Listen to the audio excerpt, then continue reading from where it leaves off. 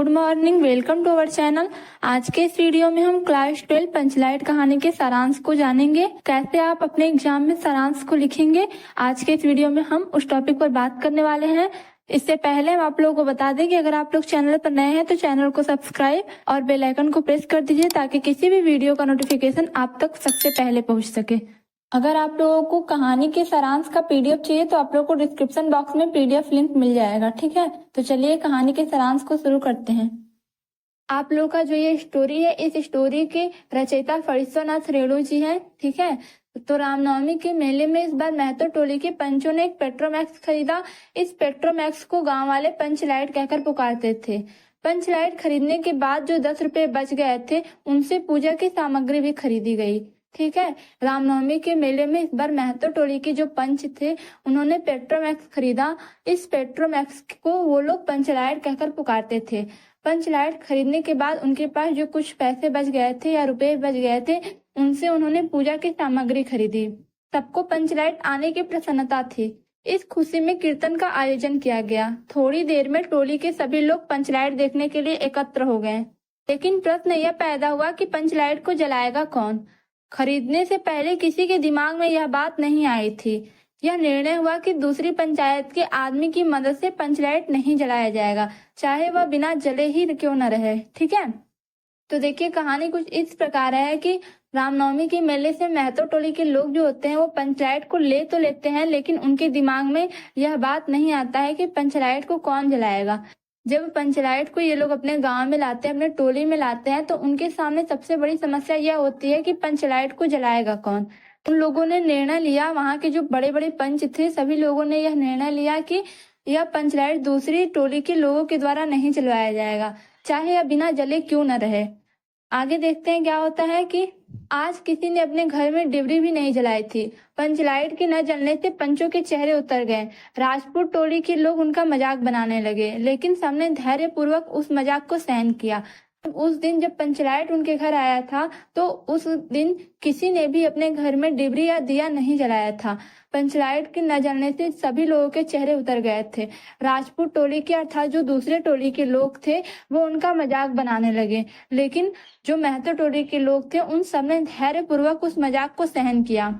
वहीं पर गुलरी काकी की बेटी मुंडरी बैठी थी। वह जानती थी कि गोधन पंचलाइट जलाना जानता है, लेकिन पंचायत ने गोधन का हुक्का पानी बंद कर रखा था। मुंडरी गोधन से प्रेम करती थी। उसने अपनी बात अपनी सहेली कनेली को बताई। कनेली ने यह सूचना सरदार तक पहुंचा दी कि गोधन पंचलाइट जलाना जानता है। सभी पंच सोच विचार में पड़ गए कि गोधन को बुलाया जाए या नहीं। अंत में उसे बुलाने का निर्णय लिया गया। हुआ यह था कि गुलरी काकी की बेटी मुंडरी को देखकर गोधन कुछ फिल्मी गाना गाया करता था, जिससे जो गुलरी काकी होती हैं वो पंचों से जाकर गोधन की शिकायत कर देती हैं। इस कारण गोधन को पंच लोग जो होते हैं वो अपनी बिरादरी से निकाल देते हैं, उसका हुक्का पानी बंद कर देते हैं, ठीक है। तो जो गुलरी काकी की बेटी मुंडरी होती है वो जानती है कि गोधन पंचलाइट को जलाना जानता है, लेकिन पंचायत ने गोधन का हुक्का पानी तो बंद कर रखा था।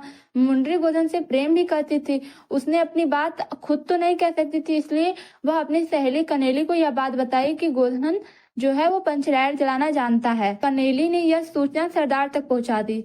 जो मुंडरी की सहेली कनेली थी वो यह सूचना सरदार तक पहुंचा दी कि गोधन पंचलाइट जलाना जानता है। सभी पंच सोच विचार में पड़ गए कि गोधन को बुलाया जाए या नहीं। अंत में उसे बुलाने का निर्णय लिया गया, ठीक है। सरदार ने छड़ीदार को भेजा। सबसे पहले सरदार छड़ीदार को भेजता है, लेकिन छड़ीदार के कहने से गोधन पंचलाइट जलाने के लिए नहीं आता है। आखिर गुलरी काकी गोधन के झोपड़े में जाती हैं और उसे मनाकर ले आती हैं।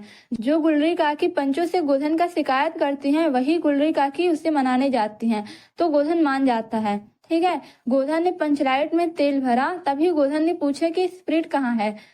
स्प्रिट का नाम सुनकर सभी लोग उदास हो गए, लेकिन गोधन ने अपनी होशियारी से गरी के तेल की सहायता से पंचलाइट जला दिया। होता यह है कि जो पंच होते हैं वो पंचलाइट तो ले आते हैं लेकिन उसका स्प्रिट भूल जाते हैं, ठीक है, जिसके कारण सभी लोगों को एक समस्या का सामना और करना पड़ता है। लेकिन गोधन इतना होशियार है कि वो गरी के तेल की सहायता से ही पंचलाइट जला देता है। पंचलाइट के जलने पर सभी लोग में प्रसन्नता की लहर दौड़ गई।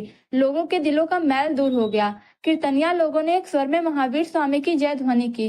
कीर्तन शुरू हो गया। ठीक है, पंचलाइट जब जलने लगा तो सभी लोग प्रसन्न हो गए और लोगों के दिल का जो मैल रहता है गोधन के प्रति वो भी दूर हो जाता है। कीर्तनिया लोग अर्थात जो कीर्तन करने वाले लोग होते हैं वो सभी लोग एक स्वर में महावीर स्वामी की जय की ध्वनि करते हैं। कीर्तन शुरू हो जाता है और गोधन जो है सबका दिल जीत लेता है। मुंडरी ने हसरत भरी निगाहों से गोधन की ओर देखा। सरदार ने गोधन को बहुत प्यार से अपने पास बुलाकर कहा कि तुमने जाति की इज्जत रखी है, तुम्हारा साथ खून माफ, खूब गाओ सलीमा का गाना। अंत में गुलरी काकी ने गोधन को रात के खाने पर निमंत्रित किया। गोधन ने एक बार फिर से मुंडरी की ओर देखा। उससे दृष्टि मिलते ही लज्जा के कारण मुंडरी की पलकें झुक गई। तो ये था आप लोगों के पंचलाइट कहानी का सारांश। उम्मीद करते हैं कि आप लोगों को इस कहानी का सारांश समझ में आया होगा।